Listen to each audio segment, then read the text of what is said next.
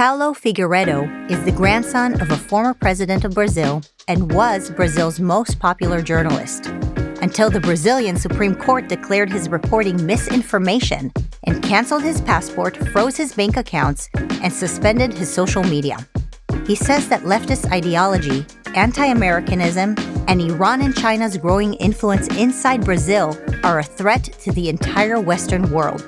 This is a warning that Americans need to start paying attention to what is happening in South America before it's too late. I think when most Americans think about Brazil, they think about soccer, amazing food, meat, and probably the carnival. But now we're starting to think about Brazil as political turmoil and some danger emerging even towards the United States. So I wanted to bring you in to talk to you about what is happening in this huge partnering nation of ours, and what should Americans know and contemplate as things are changing in that region. Tell us a little bit about your background. Your grandpa was obviously quite famous, and it's pretty amazing to hear that somebody who is the grandson of a former president of Brazil now doesn't feel safe living in Brazil, but chooses to live here in the United States of America. Thanks for having me. Yes, I come from a family that's very traditional in Brazil, of patriot. My great-grandfather was the general that fought against Getúlio Vargas, which was the dictator of Brazil. He started a revolution against the fascist dictator, and he lost, and he was a political prisoner for years. That was in the 30s. Many years later, in the 80s, his son became the president. He was the last the last general that was the president of Brazil. He was the one that made the transition from the military government towards full civilian democracy. And a lot of it was because he was persecuted. His father was persecuted, so he was a son of a political, almost refugee. It's bad that Brazil, you used to think of about all these good things about Brazil, and now you think about what's going on. And I think what we're facing now are the same challenges that the United States and most of the Western world are facing, but just with institutions that are not as strong. And so we're facing it in a harder way. I want to get to know a little bit about your family and you more. Do you remember your grandpa? Oh, and yeah. Did you have a relationship with him? Very close, yeah. What did he stand for? Was he conservative? Was he on the left? He was very conservative. He was. This was very conservative with all the conservative values. And he died when I was 17. So so he died when I got into journalism school, and he hated journalists for a good reason. Although the press wasn't as bad back in his time as it is right now. But the last thing was him being disappointed that I was becoming a journalist. But he was very influential in my life. Tell me a little bit about the history of what has been happening recently in Brazil. Why is it my impression that there is complete political turmoil? Describe a little bit what happened with Bolsonaro and Lula and this very visible corruption. Sure. It was interesting because after my grandfather left office, all the civilians that came after him were from some flavor of the left. They were all leftists. So you had, in the beginnings, Sarney, and then you have Fernando Henrique Cardoso, who was the president in the mid-90s until early 2000s for 2 terms. It was George Soros guy in Brazil, the professor of Sorbonne, very, I would say, the sophisticated European left. And then you had Lula, which was always, since the 80s, my grandfather actually arrested Lula in the 80s. He was a union leader and very Marxist, very Stalinist in a way, old, raw communism, very nationalist, which is interesting. But Lula, in 2002, Lula hired a marketing expert that changed him completely. He started wearing nice suits, drinking sophisticated wines, and he signaled to the establishment that he would be more moderate. And that's how he got elected, and he was elected, and he was extremely popular because at the same time, he fulfilled everything that this establishment, more sophisticated left wanted, but also he was very populist in the sense that he started very successful programs, and Brazil was facing a good moment in the economy because of the way that the world was set up. When was that? And that was early 2000s. From 2003, that Lula took office in 2003, and then he left in 2012. So would you say that his first term, he was pretty popular and generally successful? Very popular. Well, remember, Brazil is a commodity producer, and that was the time that China was booming. So China desperately needed Brazilian commodities. And so because of that, Brazil had a lot of money. And instead of using that money to pay the debt or invest in infrastructure, they used to create a big government with a big social welfare program. And that was electorally very successful. So Lula made his successor, which was a lady called Dilma Rousseff. She's now the president of the BRICS Bank. And she did one term, and then the economy started paying the price for the policies that Lula started, because they started spending so much. And once the world economy was not doing so well, the Brazilian government ran out of money. Also, the corruption reached levels that was unimaginable. So the whole purpose of the Brazilian government at one point, all the Brazilian public companies, the Brazilian government, was to generate money for the Socialist Workers' Party in Brazil. And we're talking about billions and billions, to the point that the Operation Car Wash started investigating what was going on. So I'm talking about 2014 to 2015, Operation Car Wash started investigating corruption. And at the same time, Dilma was facing political problems because the economy was doing very badly. Brazil was in the worst economical crisis in its history, because once she couldn't buy out all the politicians to support her, she started losing support. So she ended up being impeached in 2015. Can you explain what is Operation Car Wash and how is President Lula connected to it? Sure. Operation Car Wash started as a small operation investigating some dollar deals in the south of Brazil. But then it became a huge thing because they used a very interesting method inspired in what happened with the Clean Hands operation in Italy. So they started getting people, arresting them, and making deals, like the prosecution making deals with them, so they would appoint other people that were involved, and then they would arrest these other people that would appoint the people that were involved in the top, and he went all the way to arresting Lula for corruption. He was actually convicted. In Brazil has a weird system with 4 tiers. Okay. It's not like the U.S. You have the first degree court, and then you have the appeals court. And Brazil has 4 degrees. So Lula was convicted all the way to the 3rd degree by panels of judges twice for corruption. Who are these people who came after Lula and convicted him? Who are these people, and why did they come after him? It's interesting because these people are mostly from the establishment. This is why I don't understand. Yes, they're from the establishment, but they're from the, remember I told you about like Fernando Henrique Cardoso, of the other flavor of the left, more globalist, more educated, and they were tired with the corruption and inefficiency of the Lula government. And so they decided, well, it's time for us to go back to what we had with Fernando Henrique. So not exactly that, but a flavor of that. Mm-hmm. I can't say they only had bad motivations. I think maybe they had a sense of this country is going in the wrong direction. Mm-hmm. The problem is that in this process, they disrespected the due process of law completely. At one point, they were doing illegal wiretaps. They were torturing mentally and in some cases, possibly physically, the prosecutors, people.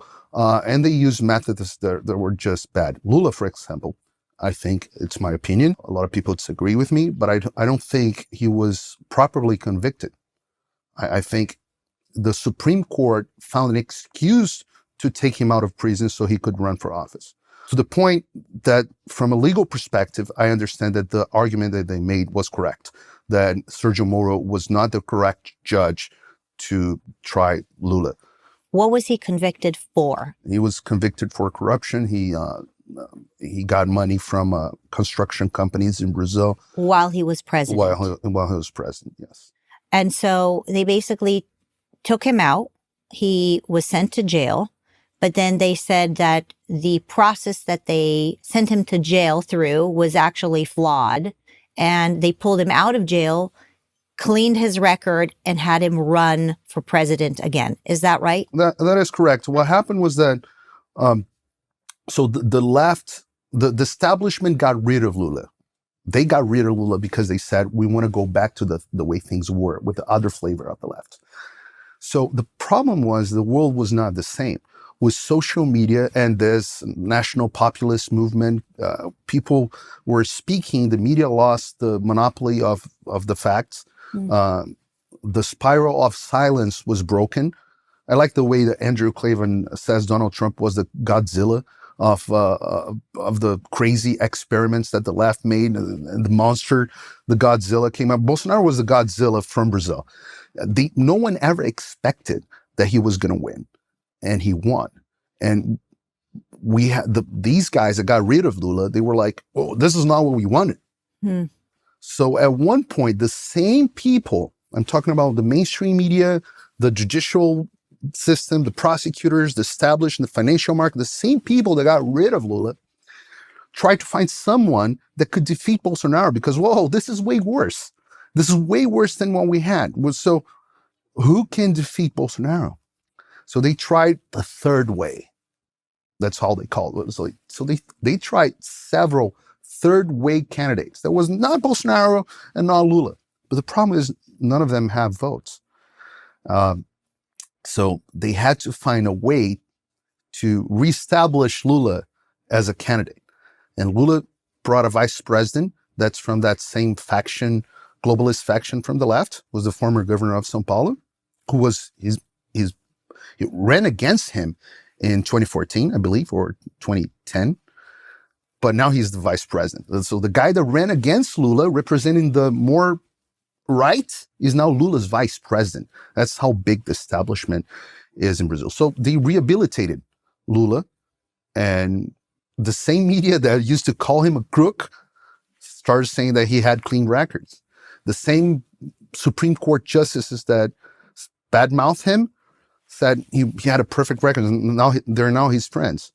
So that's what happened. And then he got back in power with an election that was that favored him, the whole process in so many ways I couldn't describe. What was told to Brazilian citizens who knew that Lula was first sent to jail? How were they convinced that? Did they say, oh, this was a huge mistake, or there was corruption? Did they throw someone under the bus? Like, how do you take somebody from being a villain to being the next president? Is it just constant media brainwashing? Like, how did they do that? The media matters way more in Brazil than it does here. It's way more influential in Brazil than it is here, the mainstream media. Here in the US, I think the process of them losing the credibility completely is almost done. No one trusts the media, and the polls show that, right? So the media has a lot of importance in Brazil. And they openly campaigned for Lula. That was one side. The other side is that the Supreme Court bluntly censored anyone that said anything bad about Lula. That sounds actually familiar. Yeah. I was telling you, I think Brazil and the US, they have the same virus, and the virus comes from the United States. I joke that the American universities are the Wuhan lab. They Of come bad up ideas. with bad ideas. They come up with the virus. But in Brazil, for example, instead of having the FBI telling people from Twitter that they shouldn't publish a story, or Mark Zuckerberg because it's Russian disinformation, in Brazil was not like that. In Brazil, I was on TV on the #1 political show on prime time, and I used to have orders saying the Supreme Court decided, the Supreme Electoral Court, Superior Electoral Court decided that you can't talk about this. For example, this is a real thing. I couldn't say on air that Lula was unconvicted of corruption because he was never found not guilty. He was convicted and he was unconvicted. So we used to play with that language, but then the Superior Electoral Court decided, although that was true, we couldn't say it because it was going to mislead the public. You had a massive media presence in Brazil, which they took away from you. Was that basically the consequence of you speaking out against the regime? I mean, what was the consequence for saying the things that you were not allowed to say? Well, I was doing the number one political show in the country on prime time. And we had more viewers than CNN and Global and all other stations combined times 2. Like, what are those numbers? 2 million people watching my show every day. So this is similar to like Tucker Carlson used to have here in the United States. So this was the show.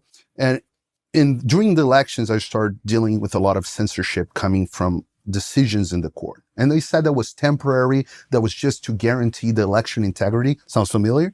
So it was just temporary, but they would reestablish after elections all the freedoms. So after elections, it didn't happen at all because we started questioning the process of election and the transparency of the process. In Brazil, the courts decided we couldn't talk about it. In the US, the media said, well, it's the big lie. We shouldn't talk about it. It's bad and all that. But in Brazil, it was not like that at all. You couldn't.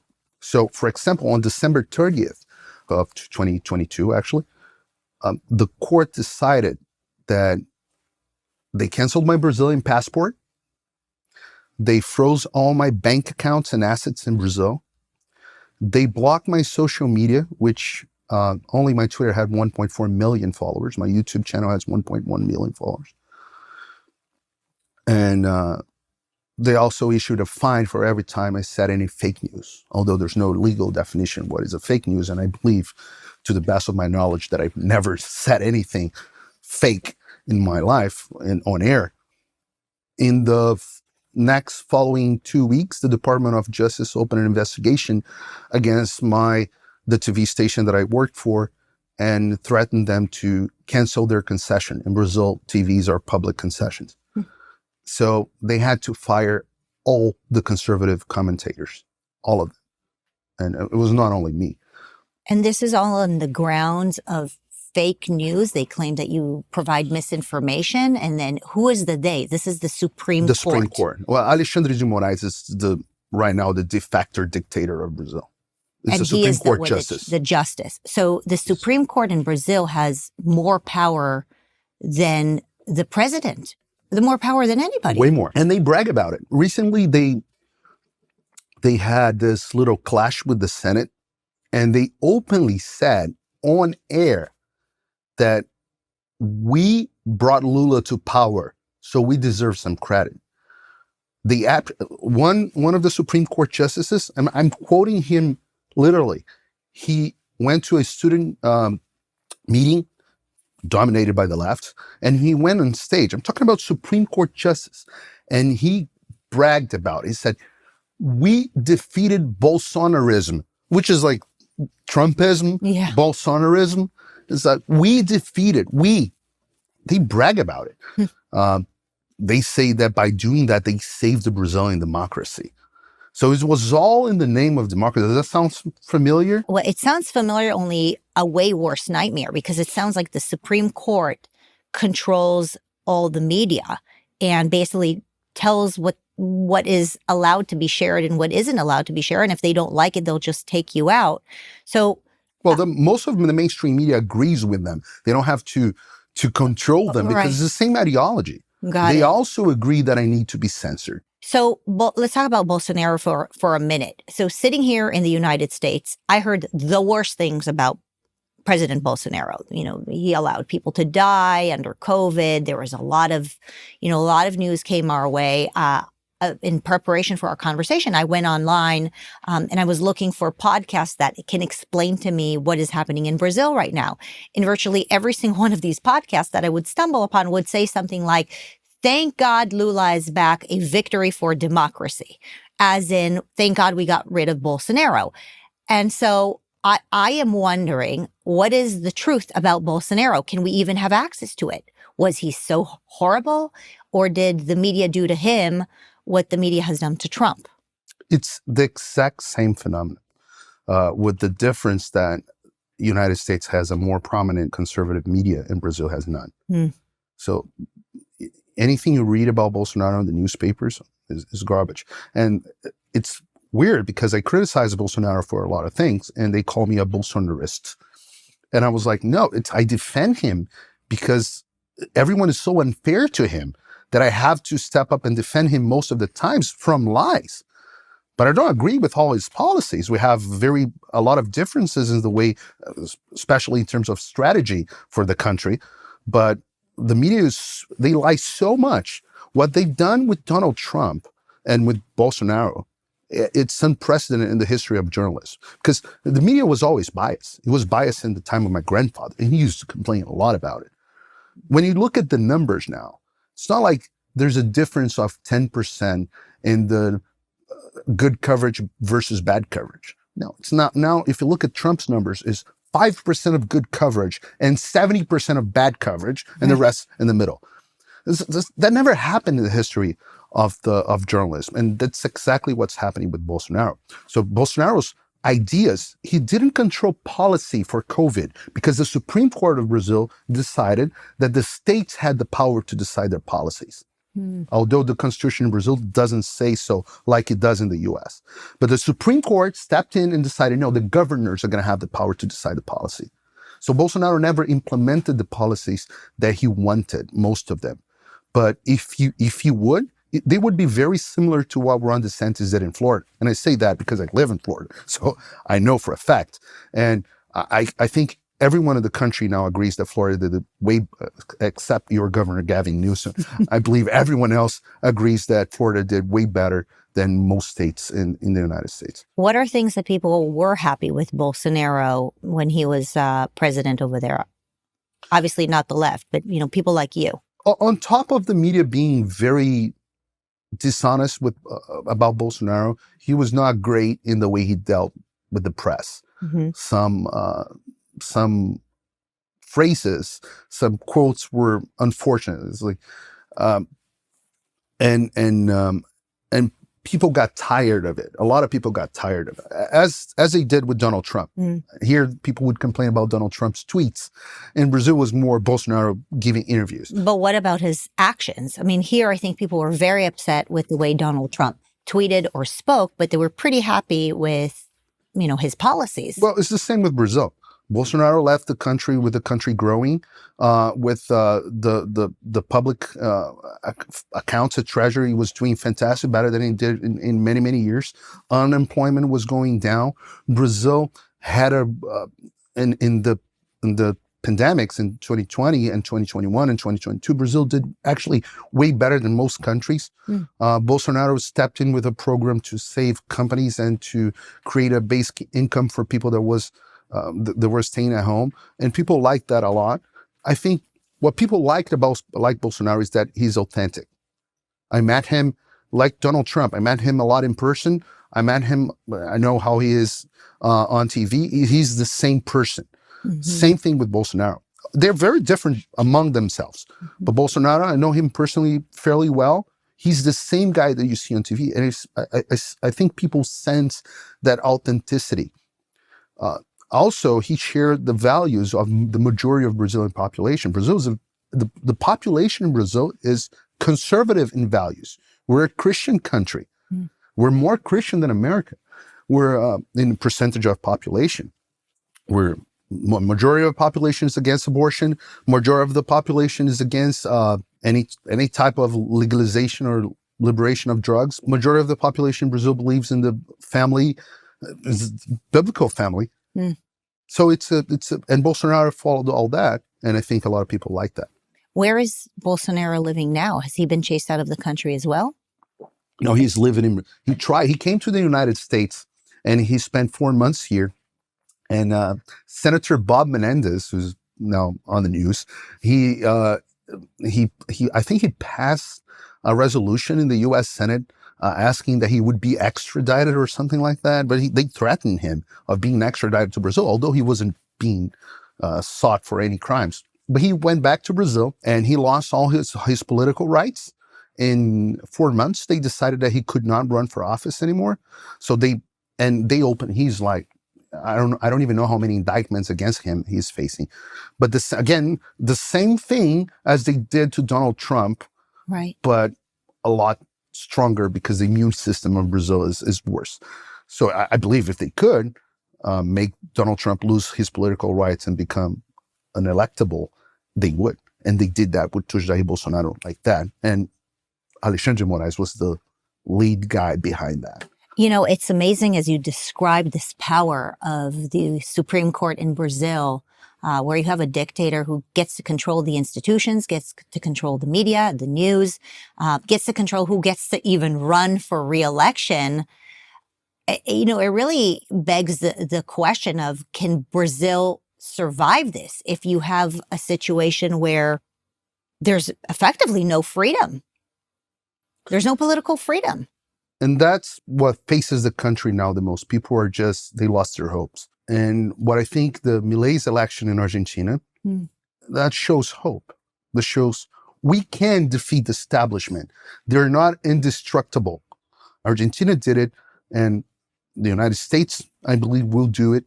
And I think we can do that in Brazil as well. And a lot of that has been done by journalists like myself who are in the United States, and we can still speak freely because of, thank God, First Amendment. Right. Well, you talk about the power that the courts have, and I want to focus on that for a minute, because I remember going to college here in the United States thinking, well, the courts will solve the issues, right? Like, we'll go to court, we'll get a fair trial. And now you're seeing the left trying to pack the courts in the United States. You're seeing places around the world, and you can bring up Israel. They almost went into a civil war over giving more power to the courts or taking away power from the courts. And so Brazil is this example where the courts have so much power. I don't know if there are term limits on the Brazilian Supreme Court, but you have somebody who is not an elected official who has this kind of power, plus you can't get rid of them. I think it's a stark warning to the rest of the world that you may think that you're living in a democracy where you can, vote for an elected official. But if the Supreme Court is in a place where they can control everything, you don't really quite have the right to vote for anybody in particular. Not only the Supreme Court, but all the courts. I think of the virus that I think American universities are exporting, the juristocracy virus is one of the worst. The transformation from the democracy, the government from the people, to the government from the juristocracy, from the non-elected bureaucrats. Yes. And that's what's been going on. It's the same virus. But in Brazil, we have the Supreme Court that is all powerful. In the U.S., the Supreme Court only looks at around 100 constitutional cases. In Brazil, the Supreme Court has a right to look at any case. There's they don't have to confer certs to any case. Any case, any issue can be heard by the Supreme Court. So they step in on every subject. Wherever they want. And it's even worse because right now, most of the probes they're investigating the right in Brazil, which is supposedly the one that I'm being investigated under, they were created by the Supreme Court. There's no Department of Justice. The Supreme Court, they say they are the victims. They open that because they say, well, people were spreading fake news about the Supreme Court, so they're the victims. Okay. They're also the judges because they're overlooking all this and they're going to try all this. And also, they are the investigators and the accusators. So they're doing all the roles. So the accusatory system, which is a bedrock of the Western world legal system, it's gone in Brazil. That's they're doing all that themselves. And they decided that they could, the Constitution clearly says they can't do it, but they decided they can. And who are supposed to say what the Constitution determines? They get to interpret it too. Yes, they get to interpret. That's unbelievable. And I think that part of that's because we all imported the system, the great system that the American founding fathers imagined, but they never thought that this way of interpreting the laws, this living constitution, this social justice interpretation, they never imagined that this would exist. And that's why every country in the world is facing a problem with their judicial system. The establishment noticed that they can, they can circumvent the democracy, the process. Let's say you want abortion, okay? Well, one way is, well, you pass a bill and turn into a law. The Congress, House has to approve. Then it goes to Senate, and then the president has to sign up, and then. Well, you need all this discussion. If it's in a constitutional amendment, you have to be ratified by the states. This is a nightmare. It takes a lot of time. You need to have control of a lot of the moving parts. And that's exactly what the founding fathers of this country wanted. But the elites notice that they can circumvent all that, and with a bunch of judges, they can decide pro-abortion. And this is exactly what happened in the United States in Roe v. Wade.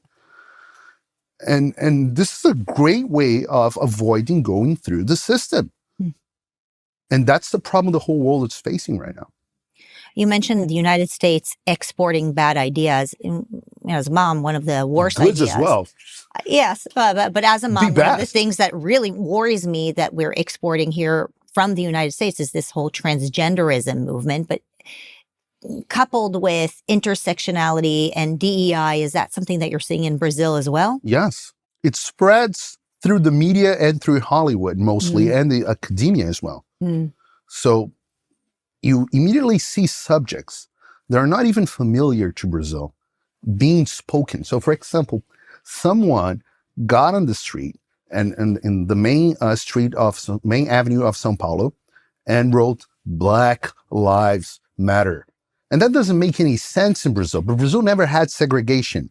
Brazil never had any racial issues. Everyone is integrated. We don't even actually have races. But they start repeating the same things that they hear from the United States. So, and the same thing with transgenderism. The Brazilian culture is so against that. And you see that though, because all Latin cultures are against that. The Latinos come to the United States and the Democrats are being crushed in some states because of their crazy woke policies, including that. And still, the media talks about that all the time. We now have a transgender congressman, the global, which are the novellas, our Hollywood, talks about it all the time. So it's a subject that's so weird for the general public, but for the elites, it's a way of signal virtue. Is this associated with the left in Brazil as well as it is here? Yeah, so it's a leftist kind of mentality. Yeah, the breakdown things. of the family and the upside down world, which is part of their plan. Yeah, globally speaking. Right. Well, speaking of globally, I want to bring up BRICS. Sure. Because I think this is where it becomes quite concerning for Americans. So maybe you can explain BRICS a little bit, and also what's imminent. January 2024, the BRICS nations have invited additional nations to join. Iran is one of the countries that might be joining BRICS. And then my understanding is Argentina is rejecting the invitation because they're probably siding with the United States and the West with Javier Milei. But give a little bit of background about BRICS and its significance in the world. What I think is interesting is that the Financial Times published an article earlier in 2023 saying that they're bragging about how the U.S. government and the Department of State meddled with Brazilian elections to guarantee that Lula was elected. And it was very weird. They said even the CIA putting this is the Financial Times, not some crazy conspiracy theory, saying how much the United States wanted Lula to become president, the Biden administration. And I always, it puzzled me, and I've been asking this question around in the United States a lot. Did they do that because they're stupid, or did they do that because they hate America? And I'm getting mixed answers. No one knows. But the fact is that once Lula got elected, he immediately started anti-American policies. Bolsonaro was the most pro-United States president we had since my grandfather, who was a personal friend of Ronald Reagan. Bolsonaro was the next one that was pro-United States. All the left in Brazil hates America. And it's a very Latin America thing. The anti-imperialists, that's how they call. You see the same words from Hugo Chavez or Maduro's and Fidel Castro and Lula. It's kind of like anti-United States. They see America as a colonizer. Is that what it is? Yeah, it's it's an old idea from the Soviet Union that permeates the culture on the left in Brazil. So they're very much against the United States. So they want to oppose the United States a lot in any way they can.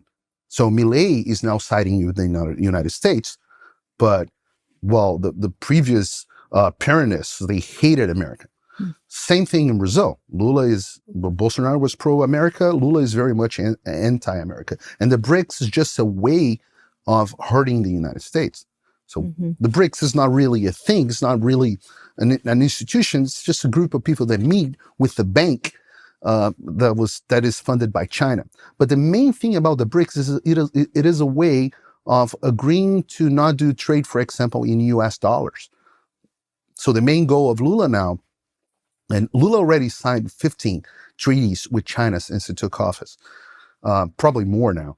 The reason why the BRICS can bring India and China on the same table, countries that have different interests, is that the only thing that everyone agrees, Russia, China, India, is that the power of the United States needs to be undermined. They believe in a more multipolar world. And Lula is becoming cozy, very cozy with China because on top of everything, China brings a lot of money that's good for corruption. Can you describe what that relationship is like between Lula and the Chinese? Are you seeing more infrastructure investment from China? What are the things that are happening to undermine the United States as well? So currently Brazil is discussing, well, first of all, China is already very influential in Brazil, and they've been able to become influential even under Bolsonaro's administration. They won a lot of infrastructure contracts. Their influence on the media is unbelievable. They finance most of the Brazilian media groups. They have agreements with them. They own members of Congress with bribe. So the mayor of Rio, the city that I live right now, when he was the mayor before, and I actually worked with him in the past. He was a very smart guy. But when he left office, he became the chairman of BYD, which is a Chinese electric car manufacturing company, which is actually belongs to the China Communist Party, like most companies behind the scenes. And now he's the mayor of Rio again. He was a lobbyist for BYD, and now he's the mayor of the most important, arguably, city in Brazil. So their tentacles in Brazil are huge. But with Lula, Bolsonaro tried to create some barriers. The 5G, the cell phone contracts in Brazil, Bolsonaro tried to stop this. Not completely successful, but he tried to stop Huawei from winning these contracts. He was only partially successful because he ended up winning a lot of it. And we all know Huawei is a facade for spying that the Chinese Communist Party uses to spy on people around the world. With Lula, they can do whatever they want now. The Chinese. They can do whatever they want. Lula sees China as the alternative to the United States, to the point that for 150 years, the United States were the number one commercial party of Brazil. And then Lula, during his first term, China became number one. And now China does almost twice as much commerce with Brazil. And a lot of that is because of the incompetence of the Department of State. Because think about it. What's geopolitics? So Clausewitz used to say that politics is, the war is politics. It's the continuation of politics, right? That's what he used to say, the Prussian general. And geopolitics is pretty much you preparing for a global war. Mm-hmm. And what do you need in a war? You need people to fight the war. You need food for these people. You need iron for the war machines. And you need energy. So Brazil is the 6th largest population in the world. Brazil is the 4th largest food producer in the world. Brazil is the number 2 iron ore producer in the world. And Brazil produces more energy than most OPEC countries and dominates nuclear energy technology. The Chinese understand that, the importance of Brazil from a geopolitical perspective. The Americans don't see they do. Do you think Americans are retreating from having a stronger relationship with Brazil? Is there something that you think the U.S. could do or should be doing in order to strengthen that important relationship? Of course, Brazil is culturally one of the closest countries to the United States. We all share the same values in general. We all share the same culture. In a weird world, where all the cultures are different from America right now, the Chinese is completely different, Indians, very different, Middle Easterns, very different, the Africans are Brazil we watch the same movies. And that's how America was always the good guys in the movies, right? Back before Hollywood turned crazy. But culturally, Christians, we have a presidential system that's very much copied from the United States. So and the U.S. can have everything. So in this coupling process that the United States is doing with China, I think one lesson that the world learned is that doing commerce with China is not the same thing as doing commerce with the United Kingdom or Brazil, people that share your values. It's not the same. And I think the United States could do a lot more with Brazil. Well, let's say you want your pharmaceutical companies to be in China, or do you want them to be in Brazil? They could be in Brazil. We have the technology, we have the people, we have all that. And I think once we have an administration in the United States that loves America, that want the best for the American interests, they should look at Brazil as a possible partner. And I hope Lula will be gone by then. Two holes on both sides. That's part of the problem. What about Iran? What is Brazil's relationship with the Iranians? And if the Iranians do come to the table, which they seem like they are, joining BRICS, and what does that look like? Are the Iranians having a strong influence on the Brazilians now? Well, we had the Iranian ship docking in Brazil earlier in 2023 and Why? being resupplied because Brazil let them. The Brazilian government let them, and they even threw a party on the ship. It was the weirdest thing in the world. But also Brazil inviting Iran, and that's all part of the anti-United States policy more than anything. Even the position against Israel is primarily a position against the United States. So the stronger guy, the most important guy on Lula's foreign policy, was, let me call it Lula's Anthony Blinken. He wrote the preface of a book exhorting the political importance of Hamas. There's a gentleman called Celso Amorim. The political importance of Hamas. Yes. So Lula, it's not new. The position of Lula anti-Israel is not new. So Lula's party was always openly against Israel and pro-Palestine, whatever that is. And that's where Brazil stands now. The foreign policy of Lula's administration is a disaster. Most of his policies are. The economy is not doing well. Brazil in 2020 is expected to grow 2.5% to 3% in 2023, which you would say, wow, it's good. No. It's because the agribusiness, which the crops and all the meat and all that production in Brazil is going to grow 15%. And they represent 30% of the country's economy. But Lula is very hostile to the agribusiness in Brazil.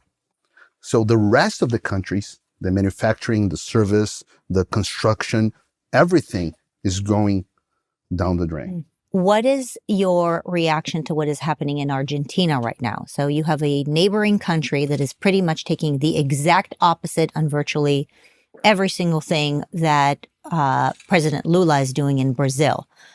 What do you know about Javier Milei and his intentions? Well, I think his intentions are great because the Argentinians had enough. I hope we don't reach that point because in Latin America, what we look at is that we look at Venezuela. And that's a destination we don't want to reach. Disaster. It's a disaster.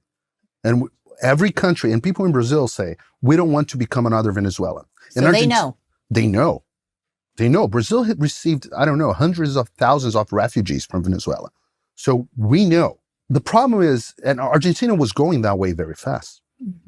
Right now, Argentina has 150% inflation. Right now, Argentina has roughly half of the population under the poverty line. So they're starving, literally.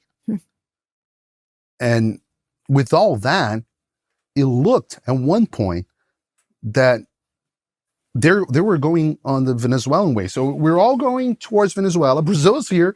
Argentina's here because Argentina was a great country before the left. They were very important. Now Argentina is almost irrelevant to the point that Argentina is 1/4 of Brazilian economy. The state of São Paulo is same size as Argentina in every possible way you can imagine. They're way less influential in South America. So the country was really in a bad trajectory towards Venezuela. And we look at that and we say, well, if they can do it, maybe we can change our route as well, our course, and maybe we can stop us from becoming a Venezuela. It was like a step. Brazil, Argentina, Venezuela. And the problem is that I think Milei is going to face a lot of resistance from the establishment. But the establishment is way stronger in Latin American countries than it is in the US. How are the Brazilians looking at Argentina right now? Are they saying, okay, this guy is crazy, let him ruin Argentina? Or are they saying, we kind of wish we had somebody like him saving us? I think we have both. I think the left, and don't get me wrong, there is, although I don't think Lula won the election fairly, I'm not sure there was fraud. I'm sure it wasn't fair and there was no transparency. But I'm not part of the people that said, well, Lula had no votes, they frauded everything. I don't believe that. I don't believe that was the case. I do know that Lula has a lot of votes, a lot of electors. And I think they are not happy with Milei in Argentina. But the majority of the country, slightly, is looking at Milei with hope. And we're all curious as well to see what he can do. Right. Any final words of hope, specifically when it comes to Brazil and this important relationship that Americans need to have with this massive country south of us? I think there are two important things. The first important thing is Americans need to start looking at Brazil because Brazil matters a lot. And I'm not saying that because I'm Brazilian. I'm saying that because I live in the United States. This is my country, the country of my two daughters. So if we want a safer world and where the Americans' interests prevail, we need to take a closer look at Brazil. If we don't, the Chinese will. This is the first thing. The second thing is, look at us because we're not that different. In a sense that anything that happened in Brazil can happen here. So what? Right now we have roughly 6 or 5 Supreme conservative originalist Supreme Court justices. What would you think it would happen if the Democrats could pack the court? Or these guys are going away sometime. Do you think your court would be that different from us? Look at New York. Look at Alvin Bragg. Look at all the George Soros prosecutors that you have around the country. So we're not that different. Your media is just as bad as ours. Your universities are gone. Hollywood became a place of madness. The Democratic Party is becoming completely radicalized. It's not moderate anymore. So, and the freedom of speech is still holding in this country, but not that much. By a thread. By a thread. And if America goes down, it's gone. I can't go anywhere. There's nowhere else to go. So that's why we have to fight. The First Amendment needs to be sacred in this country. We should never negotiate free speech. Because once free speech is gone, everything follows. So, and that's why they're attacking free speech in Brazil more than anything. So you have the First Amendment, and if the First Amendment falls, all you have is the Second Amendment, and we don't want that. There is a movement within even the conservative right that is very focused on just America. You know, build that wall, secure the borders, focus inward, you know, protect our Constitution, but don't get involved with other wars or other issues around the world. And I don't think we need to get into the issue of Israel and Ukraine and some of the, you know, actual wars that are happening right now. But when it comes to the topic of Brazil, for example, what is the risk that you see in isolationism? Because it seems like China is taking advantage of the narrative of isolationism. And they're kind of saying, well, if America wants to retreat and leave a vacuum, we'll happily step in and take over and, do a little bribery and a little investments and, really take advantage of us retreating. Can the United States survive with an isolationist mentality? I wish the two of us could even sit with somebody like Ronald Reagan and ask him about that, because I think he had a vision for understanding what communism and Marxism is about, a vision that I think sadly we have not been able to teach this next generation how important it is to pay attention to the world's arena and not just what is happening within our country. And just what are your remarks on it? Well, it's a problem that American conservatives faced since the beginning, right? The conservatives didn't want to get into the World War II, and it's good when you have two sides that are having a good discussion. So you can have liberals and conservatives having the problem right now is that the left went nuts. So there's no discussion anymore. Right. I mean, technically speaking, I believe most people on the left are out of their mind. Crazy, meaning they lost contact with reality. So that's why the discussion is so hard. But on the point of the isolationism, America needs to take care of America first, no question about it. But you need friends. It's the same thing with your life. You need to take care of your life, right? You need to take care of your job and all that. But you never lose sight of two things. One is that you need friends because you can't be by yourself. And second is that you need to help people that are not in a good situation. And I think that's very present in the American culture. Americans mind their own business in first place, but they try to have a social life and they help, they donate, it's a very charitable country. And I think the international policy of the United States should be the same way. And Ronald Reagan understood that a lot. And I say that because I remember the stories that my grandfather used to say about how Reagan helped him, and that was greatly appreciated. What it's weird is that the lefts in America, they are smart. They're smart in the point that I think because of ideological reasons, they actually have a network with countries in South America. They do meetings here in the US. George Soros funds most of the bad causes in Brazil. Same Bill Gates. If you look at it, look at what the Open Society donates, where they donate money in Brazil. Where? Well, to abortion, drugs, the same thing as in the US. So the left has a network. The right is so concerned with the problems within the country that they have zero. It's hard to even have members of Congress, of the United States Congress, listening to what's going on in Brazil. And trust me, I've been there in person, talking with members of Congress, trying to ask them, look, could you guys have hearings about this? It's not only that, your administration helped Lula to get in power, so you're responsible for the situation of my country. You helped it happening. It's not only that you didn't interfere. So the left is very good at it, the right is not, and this is something we need to improve. The U.S. gives significant foreign aid to Brazil. It does. Do Brazilians know that? I mean, I'm sitting here as an American hearing that Brazilians are calling us imperialist and colonizers while we're sending them billions of dollars. I mean, that's comes across pretty ungrateful. The leftists do that. They hate America. And they will gladly take your money. But that doesn't mean they will like you.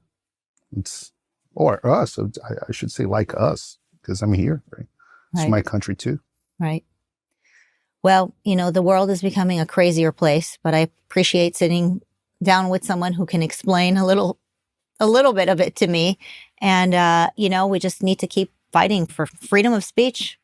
That's what it's about. Thing. Yeah. I think if America spreads bad virus, places like this are the ones producing the cures.